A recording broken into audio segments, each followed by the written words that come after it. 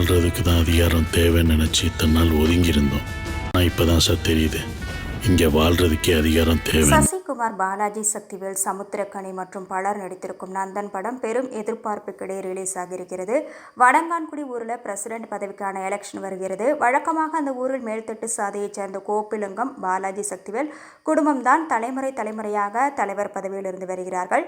தலைவர் பதவியை தனக்கான மரியாதையாகவும் பார்க்கும் பாலாஜி சக்திவேல் தன்னை எதிர்த்து யாரும் தலைவராக வரக்கூடாது என்பதில் தெளிவாக இருக்கிறார்.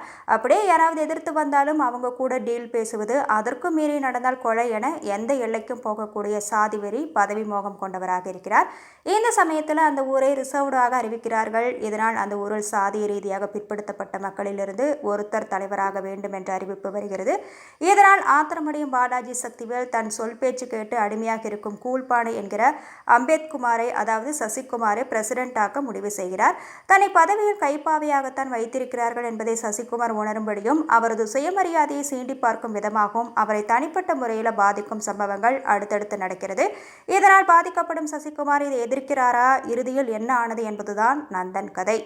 எந்த நேரமும் வெத்தலை குதப்பும் வாய், தோள்பட்டை வரை வளர்ந்த முடி, அழுக்கு பணியன், ஐயா என்ன செஞ்சாலும் நல்லதுக்குத்தான் என வெள்ளந்தியாக நம்பக்கூடிய குணம் என கூழ்பானை கதாபாத்திரத்தில் அவர் ஆரம்பத்தில் வரும் காட்சிகளில் மீட்டர் மாறாமல் நடிச்சிருக்கார். ஆனால் பிரசிடென்ட் ஆன பிறகு அவருடைய குணாதிசயம் மாறவில்லை என்றாலும் சில இடங்களில் கூழ்பானையும் மீறி சசிகுமார் நமக்கு தெரிவதை தவிர்க்க முடியவில்லை. சாதி ஆணவத்தை சுமந்து தெரியும் கதாபாத்திரத்தில் சரியாக புரிந்து போயிருக்கிறார் இயக்குனர் நடிகர் பாலாஜி சக்திவேல். சசிகுமார் கதாபாத்திரத்தை காலி பண்ண அவர் செய்யும் சில விஷயங்கள் ஊர் மக்களை அரவணைக்கும்படி காட்டிவிட்டு அவர்களை அடிமையாக வைத்திருப்பது, சொந்தக்காரர்களிடம் சாதி திமிர் காட்டுவது, அரசியல் சாணிக்கேன் என சுற்றி இருப்பவர்கள் சொல்லும் போதெல்லாம் அவர் முகத்தில் தெரியும் மிடுக்கு என இந்த கேரக்டரை சிறப்பாக கையாண்டுள்ளார். சசிகுமார் மனைவியாக வரும் செல்வி, பிக்பாஸ் புகழ் ஸ்ருதி பெரியசாமி நடிப்பில் இன்னும் போக வேண்டிய தூரம் நிறையவே இருக்கு. சமுத்திரக்கனிக்கு கிளைமேக்ஸில் வந்து போகக்கூடிய முருகன் எனும் பிடிஓ கதாபாத்திரம் அதை சிறப்பாக நடிச்சிருக்காரு. சாதிய ரீதியாக ஒடுக்கப்பட்ட மக்கள் அதிகாரத்துக்கு வந்தால் தங்களுடைய மக்களுக்கு நல்லது செய்ய முடியும் என நம்புகிறார்கள். ஆனால் அந்த அதிகாரத்திற்கு வர எதிர்கொள்ளும் அவமானங்கள், பதவிக்கு வந்த பிறகும் அவங்க நடத்தப்படும் விதம், இதெல்லாம் நந்தன் படத்தில் அசலாக கொண்டு வர நினைத்த இயக்குனர் இரா சரவணுக்கு வாழ்த்துக்கள்.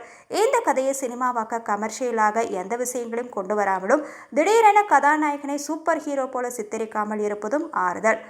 தன்னுடைய தாய் இறப்புக்கு இடம் கொடுக்காமல் இருப்பது, ஊர் முன்னால் தன்னை நிர்வாணப்படுத்தி அவமானப்படுத்துவது, இந்த மாதிரியான விஷயங்கள் நடந்த பிறகு கூட சசிகுமார் கிட்டத்தட்ட அமைதியாக அடங்கி போகும் மனநிலையில் இருப்பது போலதான் காட்டுகிறார்கள்.